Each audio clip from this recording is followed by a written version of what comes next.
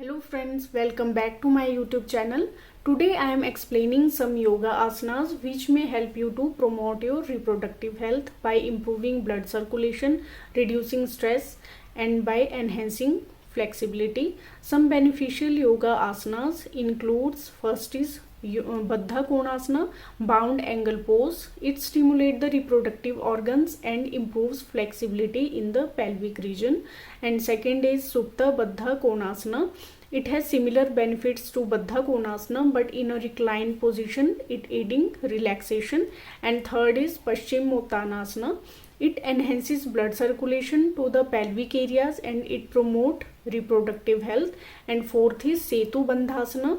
It strengthens pelvic muscles and may improve hormonal balance. And fifth is Uttanasana. It promotes blood flow to the pelvic region and reduce stress and tension. And last is Balasana, child pose. It encourages relaxation and helps alleviate stress which can impact reproductive health. So I will suggest you to practice these yoga asanas to improve your reproductive system health. Thank you.